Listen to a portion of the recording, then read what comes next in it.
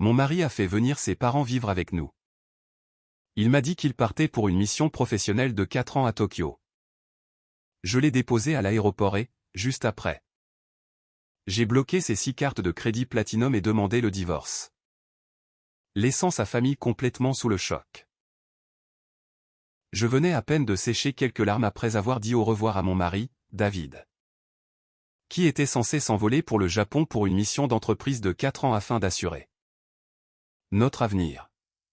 Soudain, je me suis arrêté net en recevant une notification SMS m'informant que quelqu'un venait d'acheter des bijoux en diamant d'une valeur de 15 000 $ avec sa carte de crédit.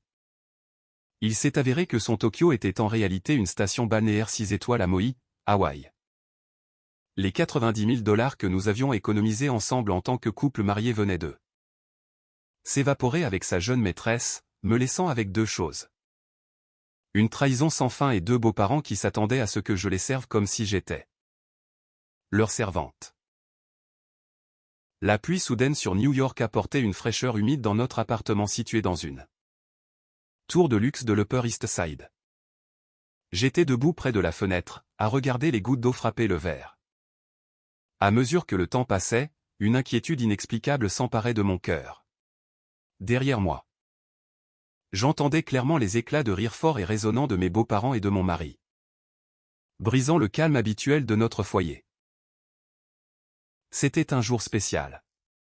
Selon mon mari, David, il avait conduit lui-même jusqu'à la petite ville rurale de Pennsylvanie où vivaient ses parents, pour les amener à New York.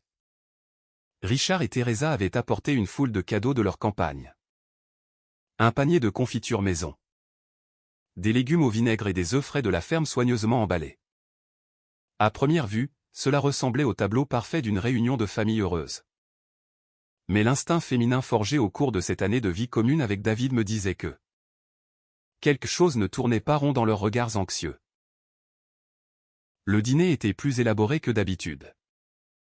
J'avais quitté le travail tôt pour cuisiner un ragoût classique et son risotto aux champignons sauvage préféré, que ses parents adoraient aussi. David était assis en bout de table, versant un généreux cabernet de la vallée de Napa à son père avec un sourire qui semblait coller sur son visage. Il s'est raclé la gorge et a posé son verre sur la table avec un bruit sourd pour capter notre attention. David m'a regardé, puis a regardé ses parents et a parlé d'un ton solennel. Maman, papa, Eleanor. Je vous ai tous réunis aujourd'hui pour annoncer quelque chose d'important. L'entreprise a décidé d'envoyer un employé clé à Tokyo pour une formation avancée et pour gérer notre nouvelle filiale là-bas pendant 4 ans. C'est une occasion en or pour moi. Quand je reviendrai, je serai vice-président. Le conseil d'administration m'a confié cette mission et je l'ai acceptée. Je suis resté pétrifié. J'ai failli lâcher mes couverts. 4 ans. C'était une durée énormément longue, et il ne m'en avait pas dit un seul mot. Je l'ai fixé, essayant de maîtriser ma voix. Tu pars à Tokyo pendant 4 ans? Pourquoi ne m'as-tu pas parlé tout de suite d'une décision aussi importante? David m'a rapidement pris la main. Ses yeux étaient remplis de culpabilité. Mais je pouvais encore voir la fausseté derrière son regard. Eleanor, chérie, pardonne-moi. Tout s'est passé si vite. Le PDG m'a appelé, m'a fait l'offre et j'ai dû décider sur le champ. Sinon, le poste serait allé à quelqu'un d'autre. Je fais ça pour l'avenir de notre famille.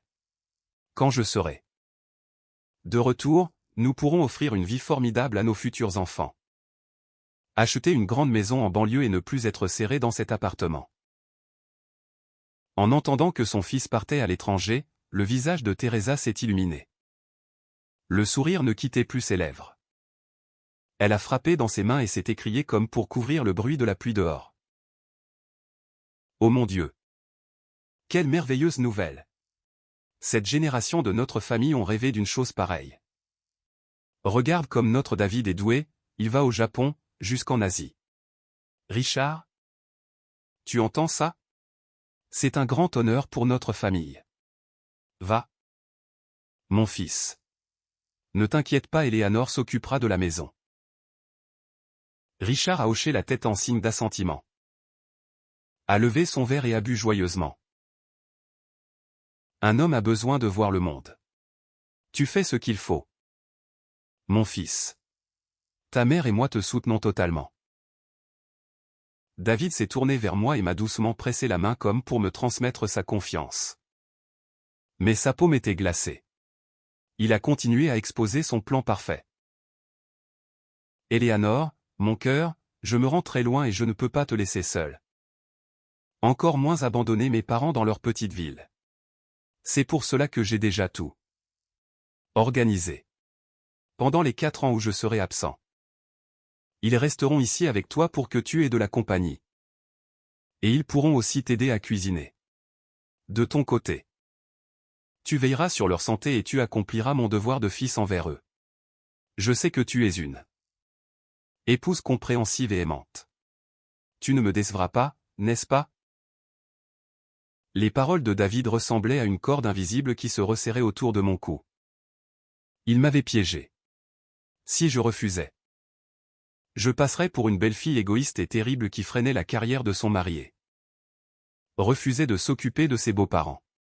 Mais si j'acceptais, je devrais faire face à la réalité de vivre sous le même toit qu'une belle-mère connue pour être exigeante et hypercritique pendant que mon mari serait au loin. J'ai regardé Teresa et je l'ai vue observer le moindre de mes mouvements. J'ai pris une profonde inspiration, essayant de réprimer l'irritation qui montait dans ma poitrine. Je ne vais pas me mettre en travers de ta carrière. Mais le fait que tes parents restent ici pendant 4 ans est une chose dont nous devons discuter. Ils sont habitués aux grands espaces de la campagne. C'est juste un appartement et il est petit. Ils risquent de ne pas être à l'aise. Et cela pourrait affecter leur santé. De plus, je passe toute la journée au travail et je ne pourrai peut-être pas leur accorder assez d'attention. Teresa a immédiatement froncé les sourcils. Elle a frappé son assiette contre la table. Eleanor. Qu'essaies-tu de dire? Tu penses que nous sommes une charge et que notre présence va te peser. Mon fils se sacrifie pour ce foyer. Et maintenant qu'il part, il te demande de prendre soin de ses parents. Mais tu refuses déjà. Et tu te prétends encore une bonne épouse et une bonne belle-fille? David est rapidement intervenu. Sa voix était douce et apaisante, mais il y avait une pression dans son regard. Maman?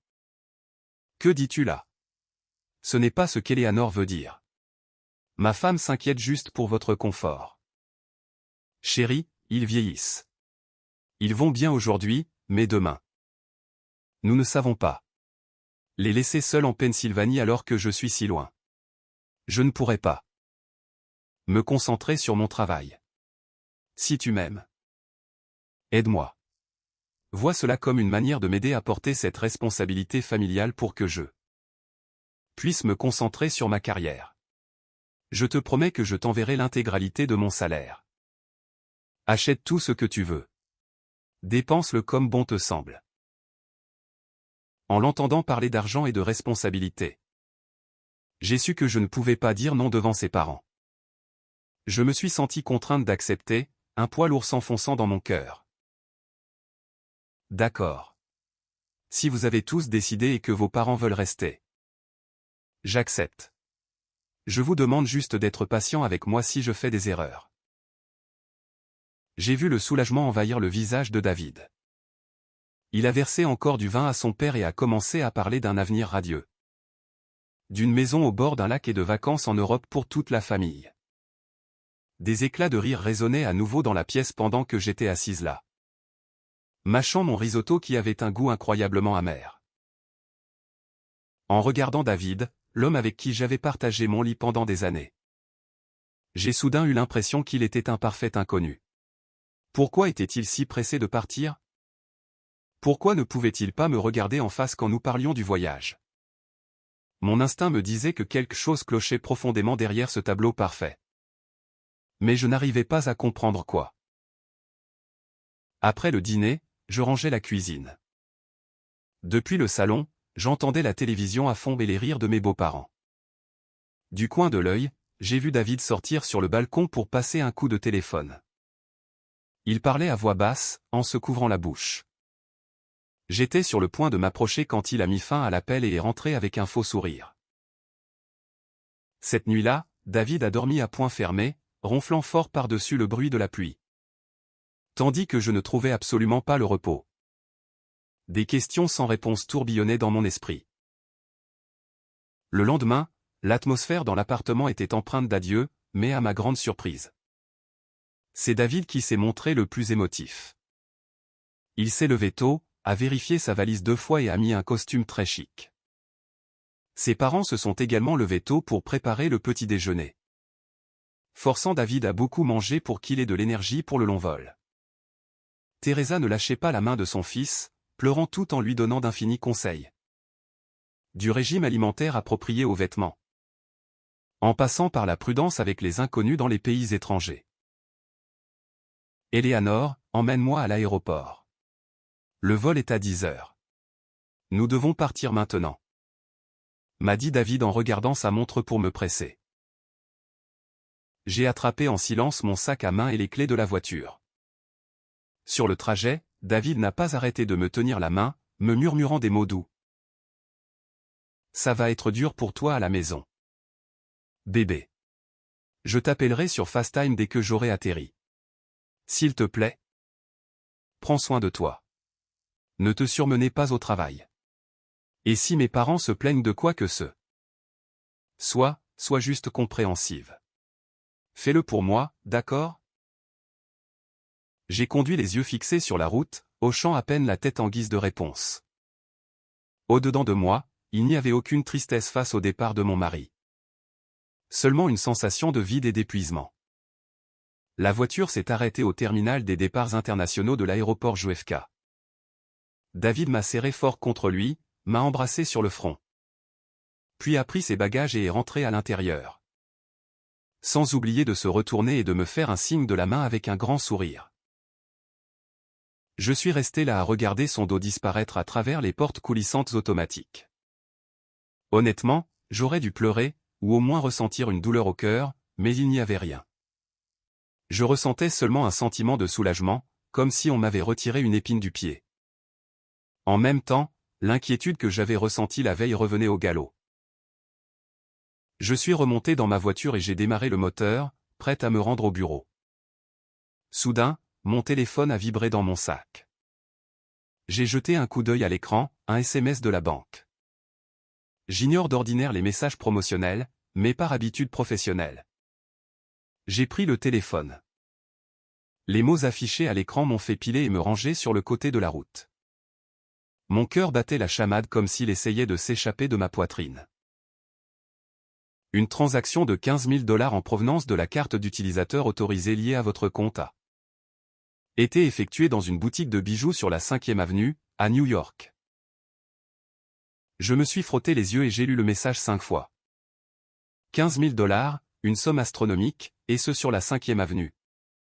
L'un des quartiers commerçants les plus luxueux de la ville. J'ai eu le tournis. J'avais obtenu cette carte d'utilisateur autorisée pour David pour ses dépenses professionnelles et les urgences. Il disait qu'il était déjà en train de s'enregistrer pour son vol à destination de Tokyo. Alors pourquoi, à ce moment précis? De l'argent était-il débité de sa carte dans une bijouterie au milieu de Manhattan? Il n'y avait que 2 explications possibles. Soit la carte avait été piratée ou volée. Soit il n'était pas à l'aéroport. J'ai pris une profonde inspiration pour tenter de me calmer. L'expérience du travail sous pression m'avait appris à ne pas paniquer. J'ai appelé le service antifraude de la banque. Ma voix était froide et résolue, sans le moindre tremblement. Bonjour. Je suis le titulaire principal de la carte. Je viens de recevoir une notification concernant une transaction importante que je pense être frauduleuse. Je vous demande de bloquer immédiatement toutes les cartes liées à ce compte, y compris la mienne et toutes les cartes d'utilisateurs autorisées. L'agent a vérifié mon identité et a traité ma demande sur le champ. Après avoir raccroché, je suis resté assise dans la voiture. Les mains crispées sur le volant au point que mes articulations étaient devenues blanches. Si la carte avait été volée, David m'aurait appelé, mais mon téléphone restait muet. J'ai essayé de composer son numéro. Le numéro que vous avez demandé n'est pas joignable pour le moment. Son téléphone était éteint, ce qui correspondait à l'histoire de l'embarquement dans l'avion. Mais comment expliquer la transaction? Aucun voleur n'oserait entrer dans une boutique de luxe de la 5e avenue et dépenser 15 000 $ en diamants. L'endroit était truffé de caméras de sécurité. Une pensée terrifiante m'a traversé l'esprit. David avait menti. Il n'allait pas à Tokyo. Il était à New York et il avait dépensé cet argent en diamants pour quelqu'un d'autre. Je me suis rappelé ses yeux anxieux la veille au soir. Son coup de téléphone secret sur le balcon et sa précipitation ce matin. Toutes les pièces du puzzle commençaient à former une image effrayante. Je ne suis pas allé au bureau.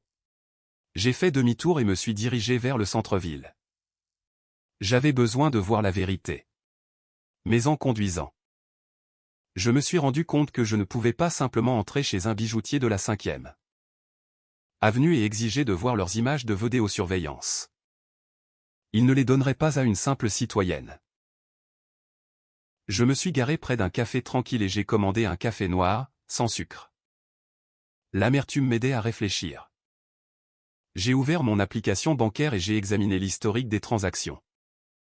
En plus de l'énorme achat de bijoux, j'ai découvert plusieurs débits plus petits datant de la semaine passée dans des restaurants haut de gamme et des boutiques de vêtements pour femmes où je n'étais jamais allé. L'intuition d'une femme ne trompe jamais. J'avais été victime d'une immense et cruelle tromperie. Mon mari, l'homme avec qui je partageais mon lit, avait réussi une mise en scène parfaite pour me duper. Il m'avait abandonné ses parents âgés pour que je m'en occupe pendant qu'il partait s'amuser quelque part, dépensant l'argent que nous avions gagné ensemble. Des larmes ont coulé sur mon visage, chaudes et salées, mais je les ai vite essuyées. Pleurer maintenant ne servait à rien. J'avais besoin de preuves. Je voulais savoir exactement où se trouvait David et ce qu'il faisait. J'ai pensé à Paul, mon meilleur ami de l'université, qui travaillait maintenant dans la cybersécurité et possédait de nombreux contacts. J'ai composé son numéro. Paul. C'est Eleanor. Peux-tu m'aider pour quelque chose d'extrêmement urgent? J'ai besoin de localiser quelqu'un et de suivre ses déplacements. Ma vie en dépend. À l'autre bout du fil. Paul a immédiatement compris la gravité de la situation au ton de ma voix et a accepté. J'ai raccroché, le regard fixe sur la circulation dense à travers la fenêtre du café. Dehors, la pluie s'était arrêtée et le soleil brillait. Mais au fond de mon âme, une tempête ne faisait que commencer. Je n'allais pas me laisser faire. Si David avait osé me trahir, il allait le payer cher. Je suis rentré chez moi alors qu'il commençait à faire nuit. Et l'appartement ne portait plus la moindre trace des adieux émouvants du matin. À la place, un lourd silence m'a accueilli. Dès que je suis entré, j'ai vu un désordre incroyable. Des coquilles de pistache étaient éparpillées sur tout le sol du salon. Des verres traînaient sur la table basse. La télé tournait à plein volume en diffusant une émission comique. Mon beau-père dormait sur le canapé, les pieds posés sur la coudoir, ronflant bruyamment. Tandis que ma belle-mère fouillait dans le réfrigérateur. Quand Teresa m'a vu, elle ne m'a même pas demandé comment s'était passée ma journée de travail. Au lieu de cela, elle a claqué la porte du frigo et a dit d'un ton reprocheur. « Et où étais-tu passé? Ton père et moi sommes presque morts de faim ici. Et le dîner n'est toujours pas prêt. Quoi? Tu as l'intention de nous laisser mourir de faim? Nous les personnes âgées? » J'ai regardé ma montre. Il n'était que 19h30. D'habitude, à cette heure-là, je quittais à peine le bureau. J'ai ravalé mon irritation, j'ai posé mon sac sur une chaise et j'ai répondu calmement. Je rentre juste du travail. Maman. Il y a des courses et des restes. Vous auriez pu commencer à cuisiner. Teresa s'est immédiatement emportée. A mis les poings sur les hanches et s'est avancée vers moi. Regardez-moi cette sainte nitouche. À peine ton mari parti. Tu montres ton vrai visage. Je suis ta belle-mère. Je suis venu ici pour me reposer. Pour profiter de ce que mon fils a gagné. Pas pour te servir. Mon fils se tue au travail pour ce foyer, et la seule chose que tu as à faire, c'est de t'occuper de ses parents. Et pourtant, tu trouves encore le moyen de te plaindre. Je l'ai regardé droit dans les yeux sans ciller. Dans le passé, j'avais toléré cela pour la paix de la famille, par respect pour David.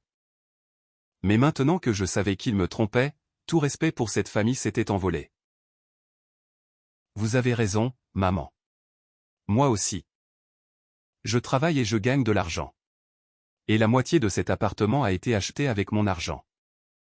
Je ne vous demande pas d'être mes serviteurs, mais je ne suis pas votre servante non plus. Teresa semblait ne pas s'attendre à une telle réponse de ma part.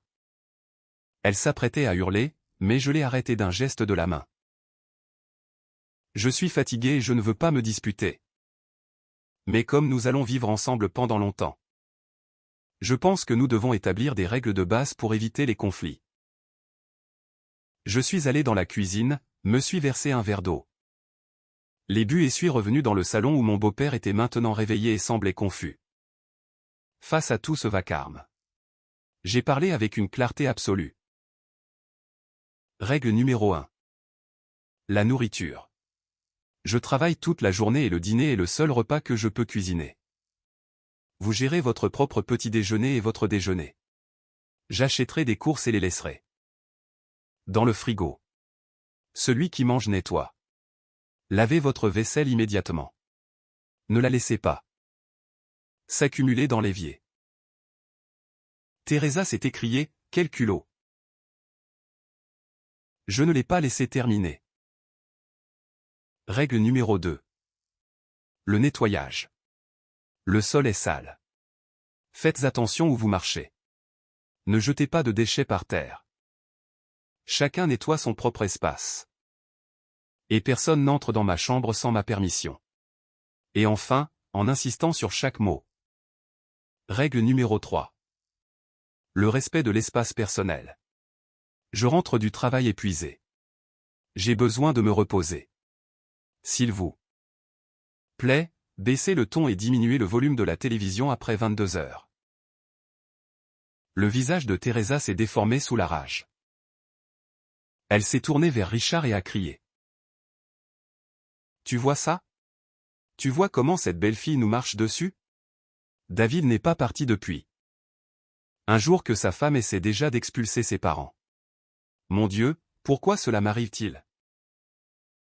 Richard a froncé les sourcils lui aussi. Sa voix est devenue grave et autoritaire. Éléanore. N'as-tu pas honte de ce que tu dis? Nous sommes les aînés. Tu es la plus jeune. Tu devrais faire preuve de respect. Pour qui te prends-tu pour faire des exigences ici? Cette maison appartient à mon fils, et nous y vivrons comme bon nous semble. J'ai souri amèrement. L'acte de propriété de ce logement est aux deux noms. Mais 90% de l'apport initial provenait de mes parents. David n'a contribué qu'à une petite fraction du prêt hypothécaire que je suis en train de payer en ce moment même. David s'est enfui avec une autre femme et a pris toutes nos économies. Je n'ai absolument aucune obligation de subvenir aux besoins et de servir les parents de mon mari, pendant qu'il s'amuse avec une autre. Richard s'est levé, pointant un doigt tremblant vers moi. Tu mens. David est allé à Tokyo pour subvenir aux besoins de notre famille. Tu es une épouse traîtresse qui essaie de voler les biens de son mari. J'appelle David. Il va te remettre à ta place. Calmement, j'ai sorti mon téléphone. Je n'avais pas encore reçu la confirmation complète de Paul, mais j'en savais assez. Allez-y. Appelez-le. J'ai déjà demandé le divorce. Le tribunal va bientôt ordonner le gel de tous les biens de David. Et quant à cet appartement, j'en suis la copropriétaire légale. Je vous donne 3 jours. Si vous n'êtes pas parti d'ici là, j'appellerai la sécurité de l'immeuble et la police pour faire enlever vos affaires. Sur ce, je m'en suis retourné dans ma chambre, verrouillant la porte derrière moi. Dehors, j'entendais les cris et les injures de Teresa, ainsi que le bruit de Richard frappant dans les meubles. Ils ont essayé d'appeler David sans arrêt. J'entendais Teresa hurler dans son téléphone, « Mon fils. Décroche. Ta femme est en train de nous jeter à la rue. » Mais la seule réponse était le silence d'un numéro indisponible. Ou peut-être que David était trop occupé avec sa maîtresse pour répondre. Cette nuit-là, allongé dans mon lit, j'ai écouté leurs lamentations. Mais il n'y avait pas l'ombre d'un doute dans mon cœur. La gentillesse offerte aux mauvaises personnes n'est que de la stupidité.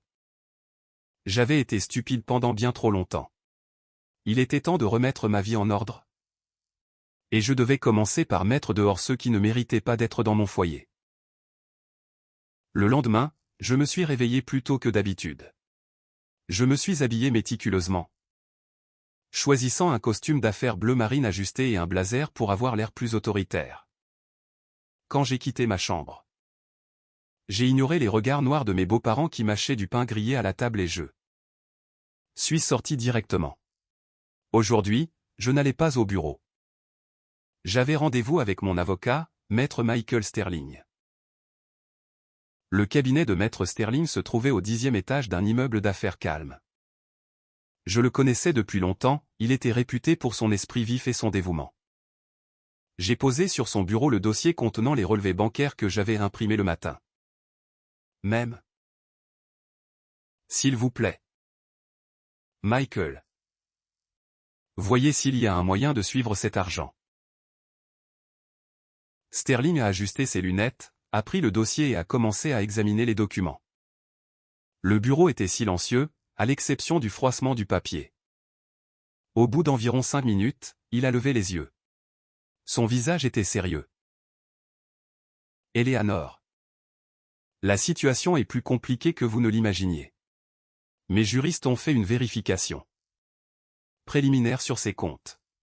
Au cours des 6 derniers mois, votre mari a progressivement transféré un total de $90 000 sur le compte d'une femme nommée Isabella Vance. $90 000. Ces mots m'ont frappé comme un coup de tonnerre dans un ciel bleu. Mes oreilles ont sifflé. C'était l'intégralité de nos économies de 7 ans de mariage, y compris les rendements des placements que j'avais tant travaillé à constituer. Nous avions convenu qu'à la fin de l'année, nous utiliserions cet argent pour acheter une maison de ville en banlieue. Et maintenant, ce nom me disait quelque chose. J'ai essayé de me souvenir. Bien sûr, Isabella, une ancienne stagiaire dans l'entreprise de David il y a 2 ans. Je l'avais rencontrée une fois lors d'une fête d'entreprise pour les fêtes de fin d'année. Une jeune femme avec un doux accent du sud et de grands yeux innocents. À l'époque, elle suivait David comme un petit chien, l'appelant toujours « Monsieur David » avec une admiration pure. Je l'avais même félicité d'être un bon mentor, ne sachant pas que je nourrissais une vipère au sein de mon propre foyer. Maître Sterling a poursuivi son analyse. La voix calme. Mais chaque mot me perçait le cœur. Les transferts étaient très sournois. Parfois $1000, parfois $5000. Parfois $10 000. Dans le libellé, il indiquait toujours au paiement de marchandises ou de matériel. Si l'on ne regarde pas le total général, il est difficile de remarquer que quelque chose ne va pas. Cette Isabella a 24 ans. Elle est originaire de Miami. Officiellement, elle est sans emploi. Mais il y a 2 mois, un condo de luxe à Miami a été acheté à son nom. J'ai serré les poings si fort que mes ongles se sont enfoncés dans mes paumes. David planifiait cela depuis longtemps. Il vidait nos biens conjugaux pour se construire un nid d'amour avec sa maîtresse. Cet argent représentait ma sueur, mes larmes, mes nuits blanches à travailler. Et il avait tout pris pour le donner à une autre femme. Que dois-je faire maintenant? Michael? Je ne peux pas laisser cet argent disparaître. Il m'a regardé avec sympathie. Pour l'instant, vous devez rester calme. Nous avons la preuve des virements bancaires. Mais pour le récupérer, nous devons prouver qu'il s'agit de biens conjugaux et que les virements ont été effectués sans votre consentement dans l'intention de dissimuler des actifs. Je vais vous aider à rédiger une demande de divorce et à déposer une ordonnance de référé d'urgence pour geler ses comptes. Mais d'abord, vous devez être absolument sûr de l'endroit où se trouve David en ce moment. J'ai hoché la tête, mes yeux brûlants de rage. Je vais le trouver. Merci. En quittant le cabinet d'avocat, je suis monté dans ma voiture. J'avais une boule dans la gorge. Je regardais la foule de gens dans la rue, chacun se dépêchant dans sa propre vie. Combien d'autres femmes comme moi étaient ainsi trompées? Je me suis rappelé les doux mots de David. Je fais tout cela pour la famille. Tu es ce que j'aime le plus. Il s'avérait que ce n'était que de vieilles foutaises. J'ai ouvert mon téléphone et j'ai regardé notre photo de mariage. Qui était mon écran de verrouillage? Sur l'image, David souriait, me tenant fermement la main. Maintenant, en le regardant, je n'éprouvais que du dégoût. J'ai changé le fond d'écran pour un écran noir uni. À partir de ce jour, David était mort pour moi. Tout ce qui restait, c'était un ennemi nommé David. J'ai conduit jusqu'à son entreprise. J'avais besoin de parler à son patron. Le conte de fées qu'il avait inventé sur le voyage d'affaires à Tokyo devait prendre fin. Je voulais voir ce qu'il resterait à David une fois son masque arraché. Le bureau de David se trouvait dans un gratte-ciel moderne en verre. Je suis entré dans le hall d'entrée, prenant une profonde inspiration pour me calmer. Je n'étais pas là pour faire une scène. J'étais là pour jouer le rôle d'une épouse inquiète cherchant son mari. Une performance parfaite pour exposer un mensonge. La réceptionniste m'a reconnu et a souri. Bonjour. Eleanor. Vous venez voir David? J'ai répondu par un sourire poli et posé. Je sais qu'il est absent, mais en réalité je viens voir la directrice. Anna. J'ai une affaire personnelle à discuter avec elle. C'était un mensonge. Je n'avais pas de rendez-vous, mais en tant qu'épouse d'un chef de service. Je savais qu'Anna m'accorderait quelques minutes. Je suis monté au bureau de la directrice et j'ai frappé. En entendant un « Entrez », j'ai ouvert la porte. La directrice Anna, penchée sur des papiers, a eu l'air surprise et a retiré ses lunettes de lecture. « Oh, Eleanor. C'est vous. Qu'est-ce qui vous amène? Tout va bien? Asseyez-vous. Vous voulez de l'eau? » Je m'assis en face d'elle, les mains soigneusement croisées sur mes genoux, faisant de mon mieux pour avoir l'air innocente. Bonjour. Anna. Je suis vraiment désolé pour cette visite impromptue. C'est juste que mon mari David est parti si vite pour Tokyo hier que j'ai oublié de lui demander l'adresse exacte du nouveau bureau, afin de pouvoir lui envoyer ses médicaments sur ordonnance. Il est parti si soudainement et son téléphone est éteint. Je suppose qu'il n'a pas encore acheté de carte SIM locale. Je ne peux pas le joindre. Je suis venu vous demander les coordonnées de la filiale au Japon. La directrice Anna m'a fixé. Ses yeux se sont agrandis sous le choc. Elle a froncé les sourcils et a demandé comme si elle ne pouvait pas croire ce qu'elle entendait. Quoi? Tokyo? Êtes-vous en train de me dire que David est parti au Japon? J'ai simulé la surprise à mon tour. Oui.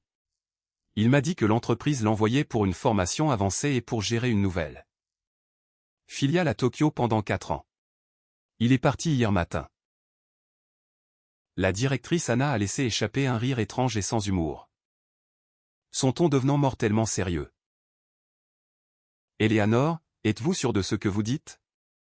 Notre entreprise n'a pas de filiale à Tokyo. Et même si nous y avions un projet, David ne serait pas celui qui partirait. pas plus tard qu'hier. Il a déposé une demande de 2 semaines de congés payés.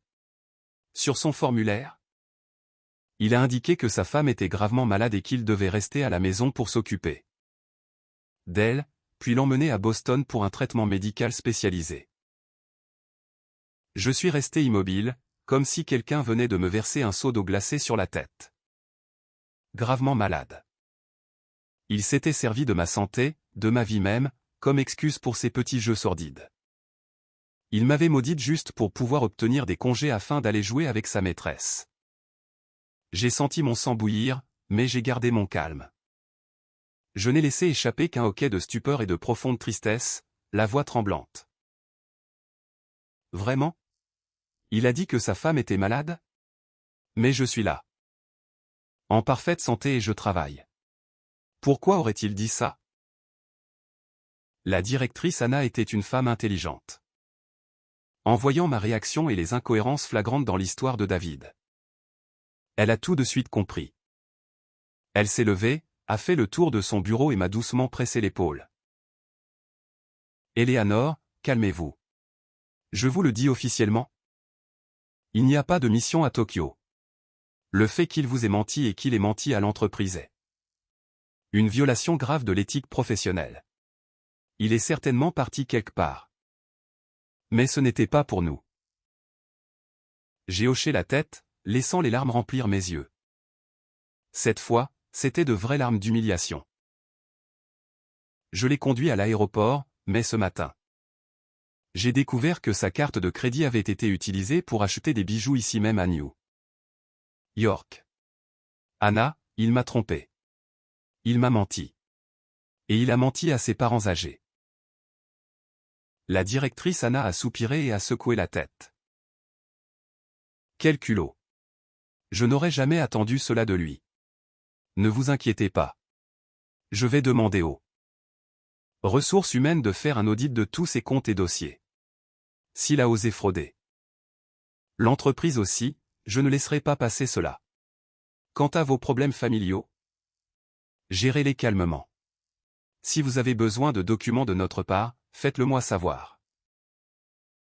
Je l'ai remercié doucement et je suis parti. En sortant de son bureau, le ciel de New York paraissait gris. Tout était désormais d'une clarté limpide. Il n'y avait pas de voyage d'affaires, pas de futur radieux. Seulement un professionnel du mensonge et un traître qui flambait mon argent pour se construire des châteaux en Espagne avec une autre femme. David avait lui-même brûlé tous ses vaisseaux. Il pensait que j'étais juste une femme naïve qui ne savait que hocher la tête et sourire. Il se trompait lourdement. Quand une femme est poussée dans ses derniers retranchements, sa vengeance est plus forte que n'importe quel ouragan. J'ai attrapé mon téléphone et j'ai appelé mon avocat. Michael. Faisons-le maintenant. Je veux que tout soit gelé. Je veux qu'il ne lui reste plus un seul centime en poche. Voyons combien de temps dure son grand amour quand il sera sur la paille. Je me suis éloigné. Le claquement de mes talons sur le sol en marbre du hall résonnant d'un ton froid et décisif. Le jeu venait à peine de commencer. Le lendemain, je suis arrivé au bureau dans un état d'esprit totalement différent.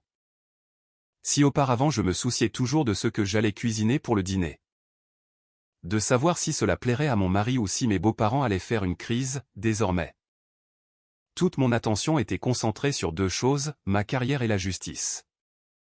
J'ai mis un ensemble pantalon blanc très chic. J'ai appliqué un rouge à lèvres cramoisi éclatant et je suis entré dans la salle de réunion comme un général.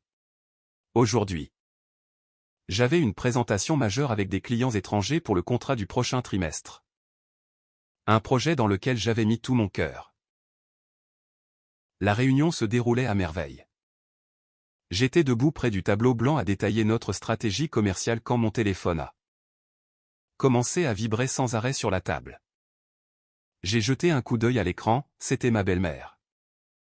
J'ai rejeté l'appel, poussé le téléphone sur le côté et continué à présenter. Mais 1 minute plus tard, il a vibré à nouveau.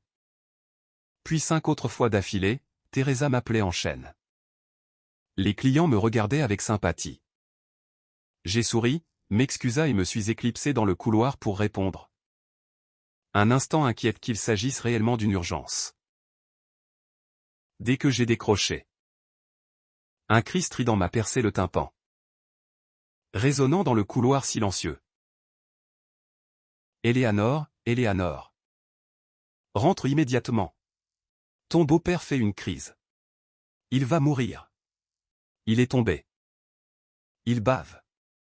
Dépêche-toi de le conduire à l'hôpital. Je suis vieille et faible. Comment veux-tu que je le soulève?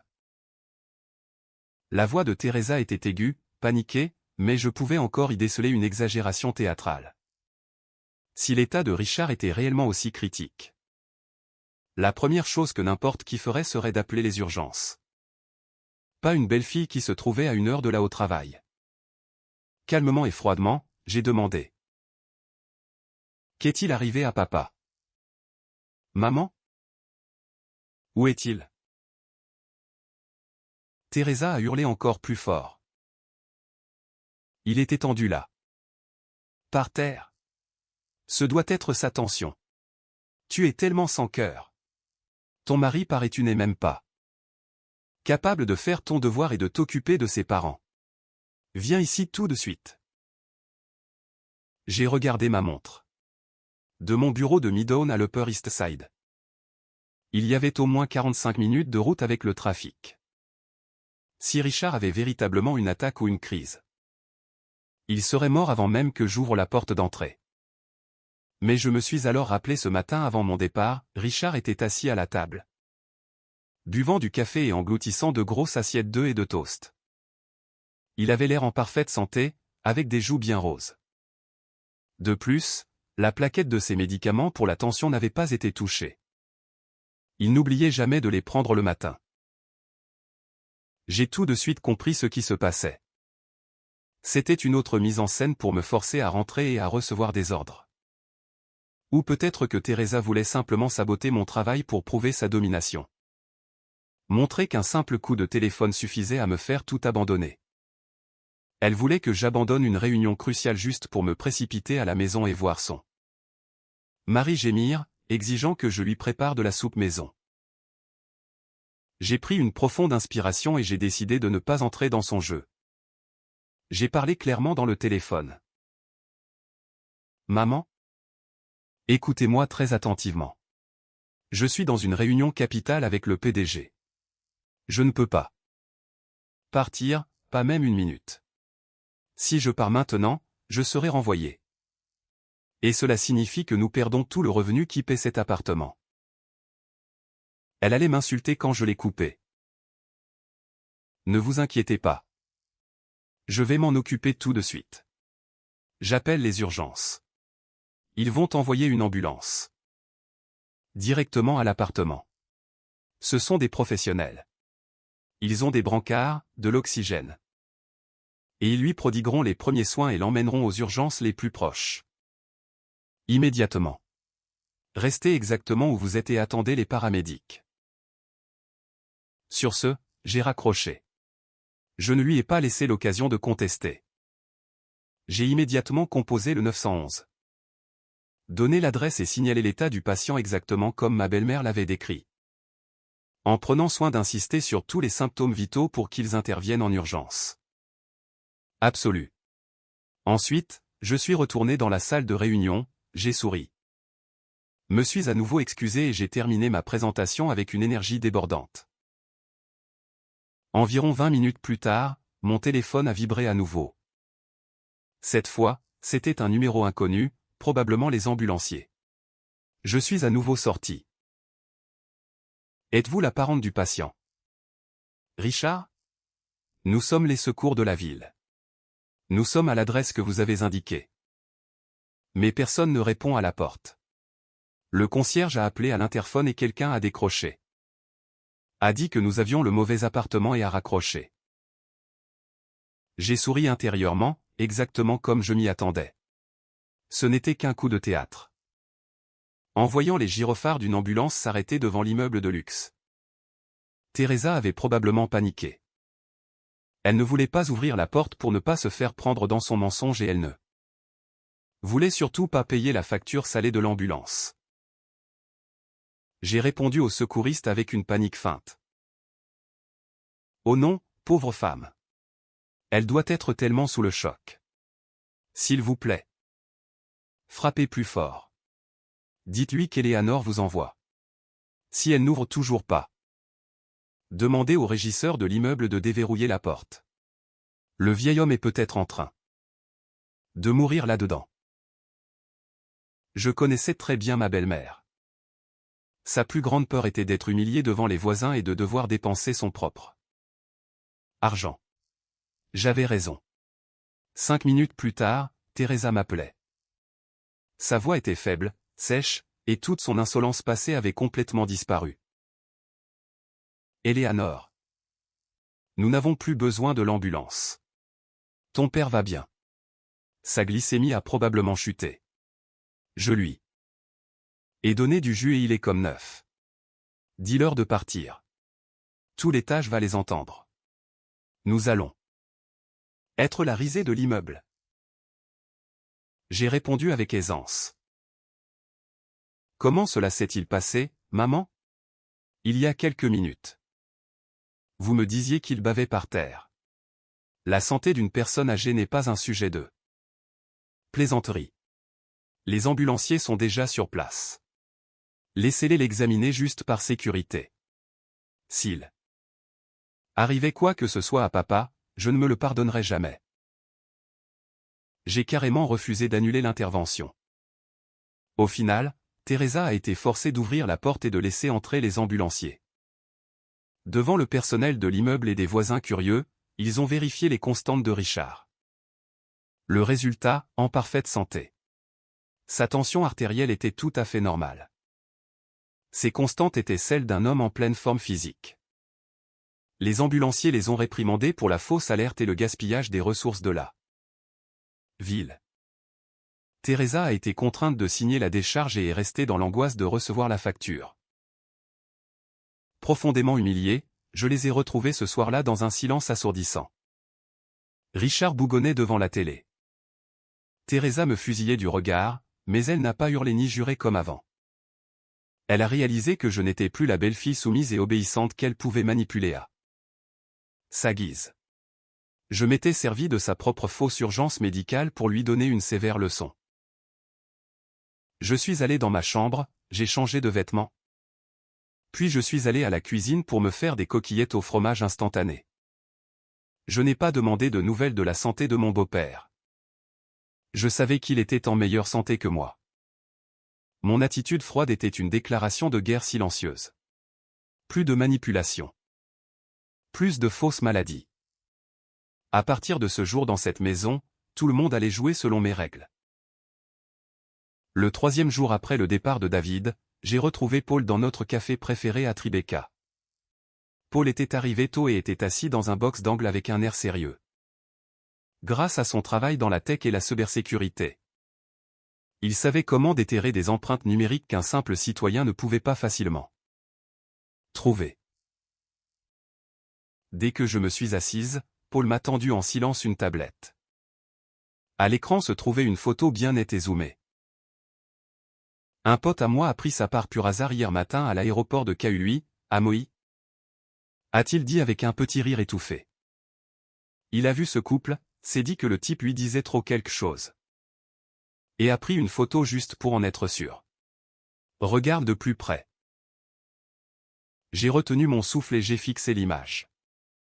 Il n'y avait aucun doute, l'homme sur la photo, portant une chemise hawaïenne voyante, un short blanc et un fedora, était David, mon mari. Il n'avait pas l'air d'un cadre d'entreprise en voyage d'affaires à Tokyo. À côté de lui se trouvait une jeune femme vêtue d'une robe d'été dos nu très décolletée. Elle s'appuyait sur l'épaule de David, souriant à pleines dents. C'était Isabella, l'ancienne stagiaire. Il se tenait au comptoir d'enregistrement d'un grand complexe hôtelier 6 étoiles à Wailea, Maui. Le bras de David entourait fermement sa taille, tandis que la main d'Isabella reposait sur sa poitrine. Mais ce n'était pas leur démonstration d'affection qui me faisait bouillir le sang. C'était quelque chose qui étincelait au poignet gauche d'Isabella. J'ai zoomé. Sur son poignet fin et pâle se trouvait une Rolex date juste. Le cadran entièrement incrusté de diamants.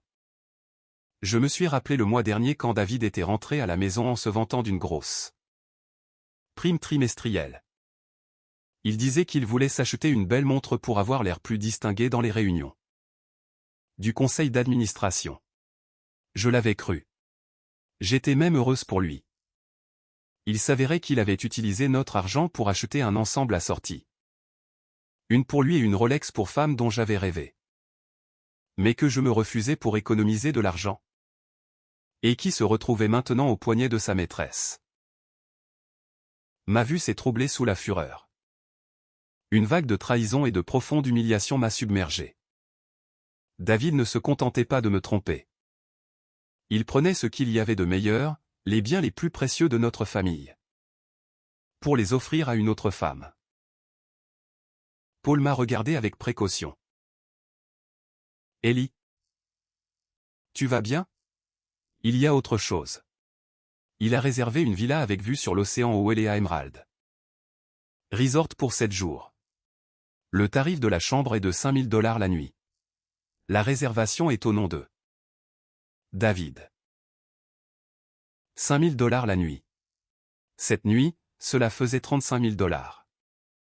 En ajoutant les vols en première classe, les dîners gastronomiques et les bijoux. Ce voyage coûtait au moins $50 000.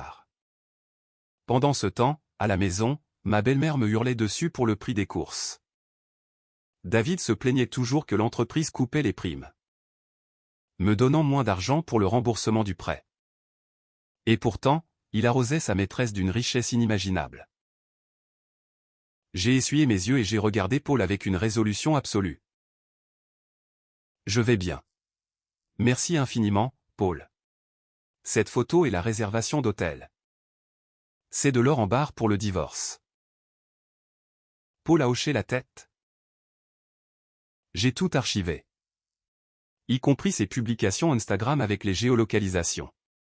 Son profil était réservé aux amis. Mais j'ai fait des captures d'écran. Elle se vante que son futur mari lui a organisé une lune de miel anticipée.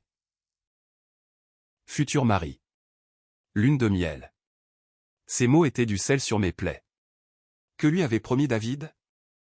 Qu'il reviendrait, plaquerait sa vieille femme et l'épouserait? J'étais en fait réduite au rôle de gouvernante non payée, gardant ses parents pendant qu'ils menaient la belle vie. J'ai serré le poing pour garder toute ma tête. D'accord, David. Si tu veux jouer au milliardaire dans un complexe de luxe, je vais te montrer ce qu'on ressent quand on est réellement fauché. Je me suis tourné vers Paul. Aide-moi pour une dernière chose. Surveille toute son activité sur les réseaux sociaux. Je me rends au cabinet de Michael Sterling dès maintenant. Il est temps de couper le robinet. Je me suis levé et j'ai ajusté mon blazer. Je suis Eleanor, directrice du marketing. Et j'allais utiliser la moindre parcelle de mon intelligence pour obtenir justice. Cette photo était le billet aller simple de David pour sortir de ma vie. Le cabinet d'avocats était très occupé ce jour-là, mais Sterling a donné la priorité à mon dossier. J'ai déposé les nouvelles preuves sur son bureau, la photo de Moïse, les détails de la réservation d'hôtel et le reçu de la Rolex de la 5e avenue juste avant son vol. L'avocat a examiné chaque document avec soin et a hoché la tête avec satisfaction. Excellent travail, Eleanor. Avec ces preuves, nous avons des motifs indiscutables pour demander une injonction d'urgence. Les actes de David démontrent clairement une intention de dilapider les biens conjugaux. Les virements de $90 000 à Isabella, le faux voyage d'affaires. C'est un dossier juridique en béton armé. Je me tenais en face de lui. Le dos bien droit. La voix ferme. Michael. Je veux déposer la demande de divorce unilatéral aujourd'hui même. Et je veux que le juge gèle chaque compte bancaire au nom de David, compte courant, épargne, portefeuille boursier. Je veux aussi qu'une hypothèque légale soit placée sur sa BMW pour qu'il ne puisse pas la vendre pour avoir du liquide. Sterling m'a regardé avec un mélange de sympathie et de profond respect. Eleanor. Avez-vous mûrement réfléchi? Une fois que nous aura déposé la requête et que le juge aura signé l'ordonnance de protection temporaire sur les biens, il n'y aura plus de retour en arrière possible. Votre mariage sera effectivement terminé. Même si la procédure légale prend du temps. J'ai souri amèrement. Le retour en arrière. Il a brûlé ce pont à la seconde où il a embarqué dans cet avion pour Hawaï. Avec cette femme. Je ne regrette rien. Mon seul regret est l'énergie que j'ai gaspillée pour ça. Fausse famille. Faites tout le plus vite possible. Je veux que ces cartes de crédit ne soient plus que des morceaux de plastique inutiles d'ici ce soir ou demain matin. L'avocat a hoché la tête et a immédiatement appelé sa juriste pour finaliser les documents. Je suis resté assise à regarder les mots apparaître sur l'écran. Demande en dissolution de mariage. Requête ex parte aux fins d'ordonnance de protection temporaire sur les biens. Une terminologie juridique froide qui était devenue mon arme. Nous avons travaillé pendant 3 heures d'affilée. J'ai signé la demande avec une détermination féroce. Ma signature n'avait jamais été aussi belle et libre. C'était la signature de ma libération. Ensuite, Sterling et moi sommes allés au tribunal. Grâce à une préparation minutieuse.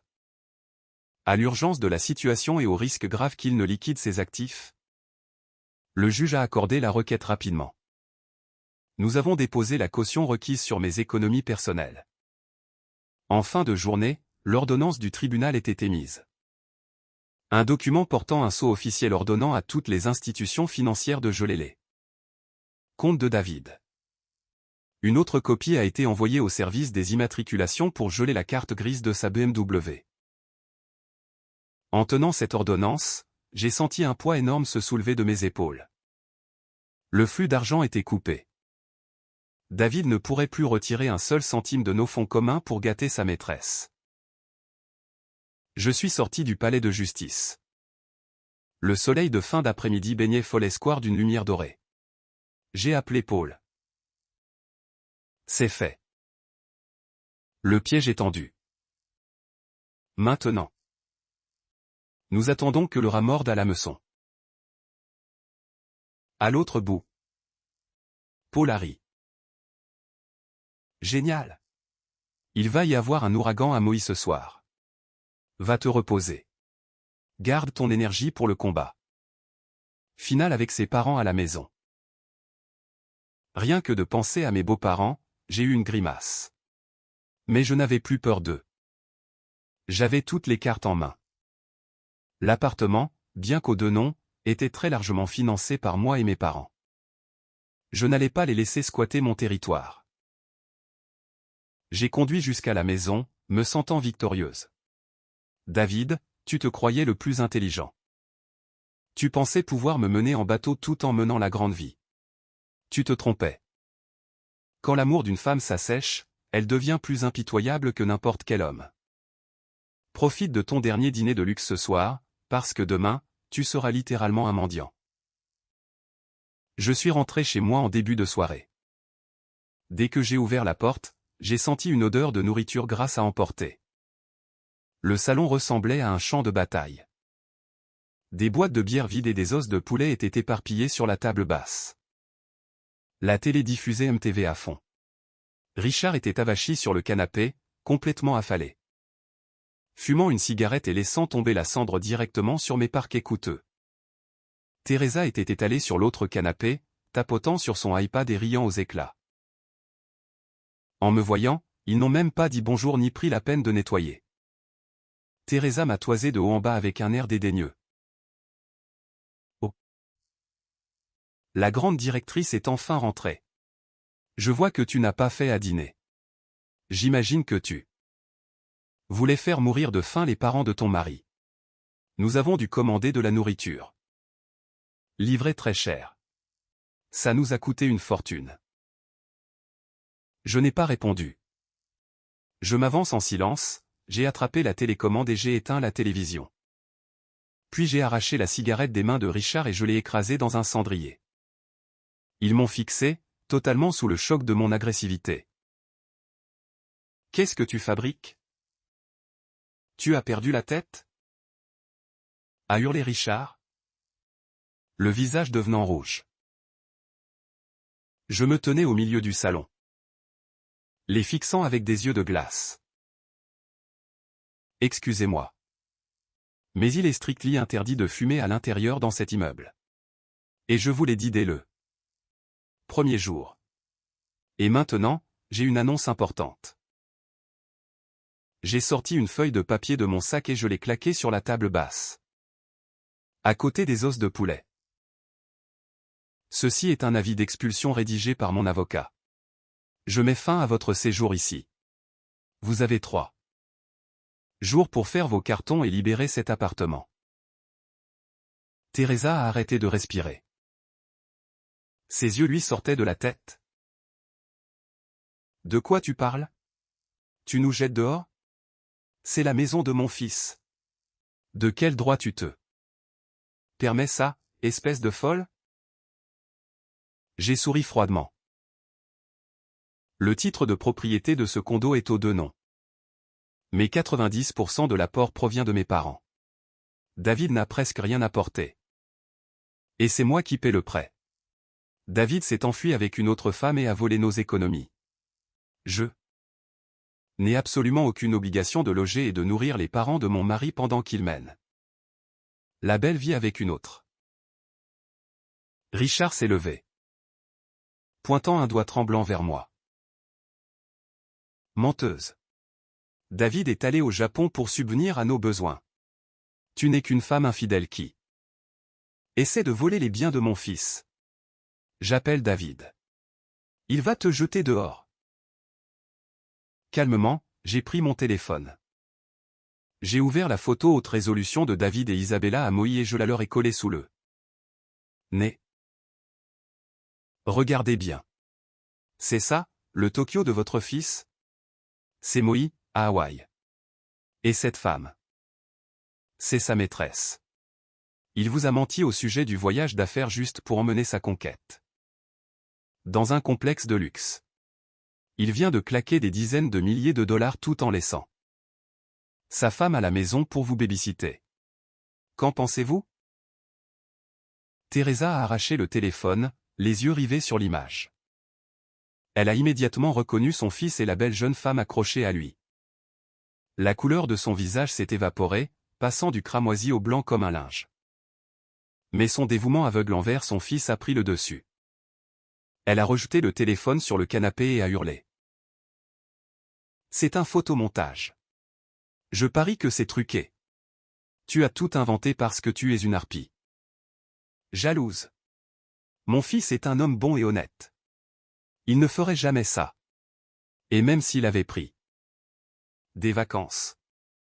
Et alors? Un homme qui réussit a bien le droit d'avoir quelques petites amies. C'est de ta faute. Si tu n'as pas su rendre ton mari heureux. Et maintenant? Tu as le culot de jeter ses parents dehors. Rien qu'en moi-même, j'ai ri face à une telle absurdité. Même confronté à des preuves flagrantes, il défendait sa trahison. Ma patience était à bout. Pensez ce que vous voulez. La vérité ne change pas. J'ai demandé le divorce. Un juge a officiellement gelé tous les comptes bancaires de David. Et concernant ce logement, j'en suis la copropriétaire légale. Vous avez 3 jours. Si vous n'êtes pas parti, je ferai intervenir le shérif et la sécurité de l'immeuble pour traîner vos cartons sur le trottoir. Sur ce, je me suis retourné et je suis allé dans ma chambre, verrouillant la porte. Derrière moi, j'entendais les gémissements et les injures de Teresa. Ainsi que Richard donnant des coups de pied dans la table basse. Ils ont immédiatement réessayé d'appeler David. À travers la cloison, j'entendais Teresa sangloter dans son téléphone, « David. Décroche. Ta folle de femme est en train de nous jeter à la rue. » Mais la seule réponse était le répondeur automatique. Ou peut-être que David était trop occupé à profiter du service d'étage avec sa maîtresse pour s'en soucier. Cette nuit-là, allongé dans mon lit, j'ai écouté leurs lamentations. Mais il ne me restait plus une once de doute. J'avais été faible pendant trop longtemps. Il était temps de faire le ménage. Le matin du 4e jour, j'ai pris une journée de congé. Je ne suis pas rentré seul à la maison. J'étais accompagné d'un adjoint du shérif, de 2 policiers de New York et du régisseur de l'immeuble. Nous nous tenions devant la porte d'entrée. C'était calme, bien que j'entendais la télé tourner à l'intérieur. J'ai sonné. Puis j'ai utilisé mon badge. Mais la porte était verrouillée de l'intérieur avec le pêne dormant et la chaîne. À travers la porte, j'ai entendu la voix provocatrice de Richard. Ne vous y risquez même pas. J'ai changé les serrures. Essayez un peu de nous jeter dehors. Maintenant. Mon fils a acheté cet endroit. J'ai le droit d'être ici. J'ai fait un signe de la tête au régisseur de l'immeuble qui avait un passe-partout. Mais la chaîne tenait toujours. L'adjoint a allumé sa caméra piéton. J'ai parlé fort et clairement. Papa, je vous ai donné 3 jours. Mais vous avez refusé de coopérer. Cet appartement m'appartient. En l'absence de David. Je suis la seule résidente légale présente. Le fait de changer les serrures et de refuser de partir constitue une violation de domicile. J'ai fait venir les forces de l'ordre et la gestion de l'immeuble pour récupérer mon bien. Si vous n'ouvrez pas la porte, un serrurier va la percer et la police vous expulsera physiquement. Silence à l'intérieur. J'ai fait signe au serrurier. Le bruit d'une lourde perceuse a résonné dans le couloir. 5 minutes plus tard, la serrure a cédé et la chaîne a été coupée. Dans le salon, ils se tordaient de peur. Assis sur le canapé se trouvaient Richard et Teresa. Leur visage était pâle de terreur en voyant les policiers en uniforme entrer. Ils ont essayé de crier, mais en voyant les caméras piétons et les visages sombres des flics, ils ont fermé leur bouche. J'ai pointé du doigt la pile de cartons que j'avais achetés. J'ai engagé des déménageurs. Ils vont vous aider à emballer vos affaires personnelles. Ne prenez que vos vêtements et vos effets personnels. Tout ce qui appartient à l'appartement. La télé, le frigo, la décoration, reste ici. Tout est enregistré. Les déménageurs ont travaillé avec une vitesse fulgurante. Les vêtements, les boîtes de médicaments, les produits de toilette, tout est allé dans les cartons. Teresa pleurait et me maudissait entre ses dents, me traitant de sorcière sans cœur. Je l'ai ignorée. Je me tenais les bras croisés, supervisant tout le processus. Lorsque le dernier carton a été scellé, j'ai tendu à Richard une enveloppe et un papier avec une adresse. Papa, maman, malgré la façon dont vous m'avez traité, j'ai encore une lueur de décence humaine.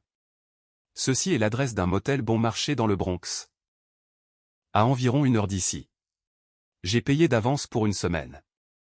Vous pouvez y rester jusqu'à ce que David vienne vous chercher ou jusqu'à ce que vous trouviez un bus pour retourner en Pennsylvanie. Et voici $1000 en liquide pour votre nourriture. À compter de cette seconde précise. Je n'ai plus aucune obligation envers vous. Tremblant d'un mélange de fureur et d'humiliation, Richard a arraché l'enveloppe et l'a fourrée dans sa poche. Il m'a lancé un regard sombre et haineux et a tiré Teresa par le bras. Tu le paieras cher. Espèce de serpent. Je les ai regardés s'éloigner dans le couloir, traînant leurs cartons. Et j'ai ressenti un soulagement immense. J'ai fait installer par le serrurier une toute nouvelle serrure connectée haute sécurité avec accès par empreinte digitale et j'ai effacé tous les anciens badges du système. Le bip de la nouvelle serrure résonnait comme le signal d'un nouveau chapitre de ma vie. L'appartement était vide, propre et sûr. Mon territoire était de nouveau à moi. Pendant que je sécurisais ma vie à New York, David vivait les pires heures de la sienne à Maui. Après que ses cartes de crédit ont commencé à être refusées dans les restaurants de luxe du complexe, l'hôtel a exigé un autre moyen de paiement. Lorsqu'il a été incapable d'en fournir un, ils l'ont expulsé de la villa. Isabella, réalisant que la poule aux œufs d'or avait violemment déraillé. A fait ses valises de marque, a appelé un Uber et l'a abandonné sans se retourner. David s'est retrouvé coincé dans un paradis hawaïen avec presque pas d'argent liquide sur lui et un portefeuille rempli de cartes refusées. Il a essayé d'appeler Isabella, mais son téléphone était hors service. Il a appelé ses parents. Uniquement pour apprendre qu'ils avaient été expulsés par la police et se trouvaient dans un motel sordide du Bronx. David a réalisé qu'il avait absolument tout perdu. Il devait rentrer à New York, mais comment pouvait-il s'acheter un billet? Son vol aller-retour en première classe avait été réservé avec la carte de crédit qui était désormais gelée. Il s'est aventuré dans la ville de Kauai et a trouvé un dépôt de garantie louche. Il a détaché la Rolex Datejust qu'il avait achetée pour 24 000 $, sa grande fierté. Combien pouvez-vous me donner pour ça? A-t-il demandé au propriétaire. Le propriétaire de la boutique l'a examiné à la loupe et a eu un rictus. Elle est vraie. Ouais, mais pas de boîte, pas de papier. Le mieux que je puisse faire? C'est le prix de la casse. 2 000 $ en liquide tout de suite. David l'a regardé avec incrédulité. Vous plaisantez? J'ai payé 24 000 $ pour ça. Donnez-moi au moins 12 000. Le propriétaire l'a éconduit d'un geste de la main. Pas de papier. Ça veut dire que ça pourrait être volé. 2 000 $. C'est à prendre ou à laisser. Mourant de faim, suant sous l'humidité tropicale et totalement fauché. David a grincé des dents et a accepté. Tenant la petite liasse de billets, il s'est senti malade. Il y a quelques jours à peine, cette somme représentait le coût d'un seul dîner. C'était maintenant sa seule planche de salut. Il a réussi à acheter un billet de dernière minute au tout dernier rang d'une compagnie aérienne à bas prix. Le vol a eu 3 heures de retard. Il est resté assis dans le terminal bondé à regarder des couples heureux en vacances. La poitrine compressée par le regret. Il s'est rappelé la suffisance qu'il ressentait en pavanant à l'aéroport JFK quelques jours plus tôt. Dans l'avion, il était assis sur un siège du milieu entre deux types énormes. Des bébés ont pleuré pendant tout le voyage. Au lieu du filet mignon et du champagne, on lui a tendu un petit sachet de bretzel et de l'eau du robinet. L'avion a atterri à l'aéroport JFK au milieu d'une pluie battante. Il a pris un trajet misérable pour la ville. New York paraissait grise et impitoyable. Il savait que la vraie tempête n'était pas le temps qu'il faisait dehors. Elle l'attendait à l'appartement où il régnait en roi autrefois. La descente aux enfers depuis le paradis, entièrement auto-infligée, était consommée. Le taxi de David l'a déposé dans une rue louche et mal éclairée du Bronx. Il s'est tenu devant l'adresse que j'avais donnée à ses parents, le Star Motel. Un taudis délabré au néon clignotant avec un bar minable et bruyant au rez-de-chaussée. Il est entré dans le hall, agressé par une odeur de bière éventée et d'eau de javel. Il a demandé au réceptionniste le numéro de chambre de Richard et Teresa. Le réceptionniste l'a toisé avec mépris et a indiqué le 3e étage. Il a gravi un escalier sombre et collant et a immédiatement entendu les pleurs de sa mère. Il a poussé la porte. C'était une pièce de 10 mètres carrés avec un lit affaissé et une commode en plastique. Son père fixait d'un air absent un mur taché. Sa mère pleurait sur le lit. En voyant son fils, Teresa s'est levée d'un bond et l'a agrippé. David. Tu es de retour. Regarde ce que ta folle de femme nous a fait. Elle nous a jetés à la rue. Dans ce trou à rats. Tu dois lui donner une leçon. Récupère notre maison. David a repoussé doucement sa mère et s'est effondré sur le bord du lit. Il a regardé autour de lui dans cette pièce déprimante, puis a fixé ses parents âgés. La rage, une honte profonde et une impuissance totale se sont abattues sur lui. Richard a demandé avec colère. Comment s'est passé le Japon? Pourquoi ta femme est-elle devenue folle? Elle a dit à tout le monde que tu étais avec une femme à Hawaï. Elle a montré des photos. Dis-moi qu'elle mentait. David a baissé la tête. Son silence était la plus haute des réponses. Teresa s'est figée. Alors c'est vrai. David s'est emporté. Oui. C'est vrai. J'avais tout calculé parfaitement.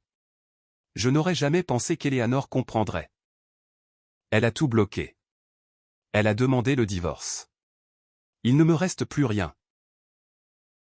Richard, furieux, a jeté un gobelet en plastique contre le mur. Imbécile. Tu avais une bonne épouse riche, un appartement de luxe. Et tu as tout gâché pour une traînée. Maintenant tu n'as plus de maison. Plus d'argent et plus aucune dignité. C'est alors que le téléphone de David a bipé, un email des RH de son entreprise. Il l'a ouvert. L'objet indiquait « Avis de licenciement immédiat et demande de restitution ». La lettre stipulait que la société avait découvert des preuves de sa fausse demande de congé. Pire encore, lors de l'audit, ils avaient découvert qu'au cours des 2 dernières années, il avait détourné des fonds de l'entreprise en falsifiant des notes de frais. L'entreprise exigeait une restitution intégrale sous 5 jours ouvrés. Faute de quoi elle porterait plainte auprès du procureur. Le téléphone a glissé de sa main et a heurté le sol. Il est resté assis là, paralysé. C'était la fin absolue. Il n'avait pas seulement perdu sa femme, sa maison et son argent. Il avait perdu sa carrière, sa réputation, et risqué une peine de prison. Ils m'ont viré, a-t-il murmuré en fixant le sol. Ils veulent qu'on les rembourse. Eleanor. Eleanor a fait ça. Elle m'a complètement détruit.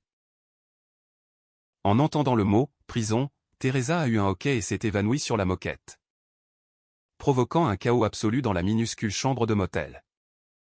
David est resté assis dans le coin, recroquevillé, ressentant une terreur froide et primale face à l'avenir pour la toute première fois de sa vie.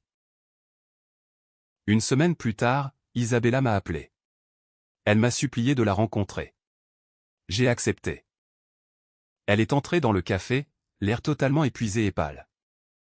Elle ne ressemblait en rien à la femme radiante des photos de Moïse. Elle a fait glisser une épaisse enveloppe sur la table. C'est les derniers 12 000 $ qu'il m'a transférés. Le reste est déjà parti. S'il vous plaît. Prenez-le. Mes parents m'ont dit qu'ils ne me laisseraient pas revenir chez eux tant que je ne vous aurais pas rendu tout ce qu'il me restait. Elle a ensuite sorti un document médical et l'a fait glisser. Je suis allé dans une clinique. J'ai interrompu la grossesse. Je ne peux pas avoir un enfant avec un homme pareil. Il m'a menti. Il vous a menti. J'ai été tellement stupide. En la regardant, j'ai honnêtement ressenti une pointe de pitié. C'était une chercheuse d'or, oui, mais elle était aussi la victime de ces mensonges pathologiques. J'ai pris l'enveloppe. Je déduirai cela du montant total qu'il me doit dans le règlement. Ce que vous faites de votre corps est votre choix. Rappelez-vous simplement que vous ne pourrez jamais construire une vie heureuse sur les ruines de celle de quelqu'un d'autre. Elle a fondu en larmes, sanglotant. Je me suis levé et je suis parti, la laissant seule avec ses regrets. Un mois plus tard, par un mardi pluvieux en soirée, David m'attendait devant l'immeuble de mon bureau. Il ressemblait à un vagabond, trempé jusqu'aux os, négligé et portant des vêtements bon marché et froissés. Lorsqu'il m'a vu, il s'est littéralement jeté à genoux là, sur le trottoir mouillé. Eleanor, s'il te plaît. Pardonne-moi. J'ai fait une erreur. Isabella m'a manipulé. Elle a tout pris. S'il te plaît. Reprends-moi. Donne-moi une chance de plus. Je l'ai regardé avec un dégoût absolu. Relève-toi. Arrête de t'humilier. Tu as fait ton choix. Même Isabella a eu la décence de rendre une partie de l'argent volé. Elle a plus de conscience que tu n'en auras jamais. En entendant le mot « argent », ses yeux ont brillé d'une avidité désespérée. Tu as de l'argent. S'il te plaît, aide-moi à rembourser l'entreprise. Si je ne les paie pas, je vais en prison. J'ai secoué lentement la tête en le contournant. Règle tes propres problèmes. David. On se verra au tribunal. Je suis monté à l'arrière de mon Uber bien chaud et sec, et le chauffeur a démarré. Je ne me suis pas retourné. Je l'ai laissé pleurer sous la pluie. Le jour de l'audience de divorce, j'étais calme, posé et habillé de manière impeccable. David était seul, l'air misérable, incapable de se payer un bon avocat. Il a essayé de donner au juge des excuses au sujet de mauvais placements, mais mes preuves écrites. Les relevés bancaires et le dossier accablant ne lui ont laissé aucune issue. Le juge a prononcé le divorce, m'accordant la pleine propriété de l'appartement et l'ordonnant de rembourser le reste des fonds conjugaux détournés. Je suis sorti du tribunal victorieuse. J'étais enfin complètement libre. 2 ans plus tard, j'étais assise dans un bar chic sur un toit-terrasse donnant sur la ligne d'horizon étincelante de San Francisco. Je buvais un verre de vin blanc frais, profitant de la brise fraîche du soir. Après le divorce, j'avais vendu l'appartement de New York, récupéré la plus-value et m'étais installé sur la côte ouest, où j'avais accepté un poste de directrice régionale pour une grande entreprise technologique internationale. J'avais bâti une brillante carrière. J'étais en meilleure santé, plus belle et infiniment plus confiante. Mon téléphone a bipé, un SMS de Paul. Ellie, devine qui je viens de voir? J'ai commandé un Uber pour l'aéroport, et le chauffeur. C'était David. Il avait joint une photo prise en cachette depuis le siège arrière. C'était un homme maigre, au visage hagard, fixant d'un air absent la route au volant d'une berline délabrée. Il a une mine affreuse, a écrit Paul. Il m'a reconnu. Il n'a pas dit un seul mot de tout le trajet. Aux dernières nouvelles, il vit dans un sous-sol minable. Conduit 16 heures par jour juste pour payer ses dettes judiciaires et éviter la prison. Ses parents sont retournés en Pennsylvanie. Sa mère a fait une attaque et reste alitée. Et son père ne fait que boire toute la journée. J'ai fixé la photo sans la moindre émotion. C'était le prix de ses choix. J'ai posé le téléphone face contre la table. À côté de moi était assis un homme élégant et séduisant, Andrew. Un investisseur en capital risque qui me faisait la cour depuis 6 mois. À quoi penses-tu? M'a-t-il demandé tendrement en faisant glisser un verre de vin frais vert. Moi. Je lui ai souri chaleureusement. Au passé? Mais ce n'est que le passé. Andrew a levé son verre à notre brillant avenir. À l'avenir. J'ai acquiescé.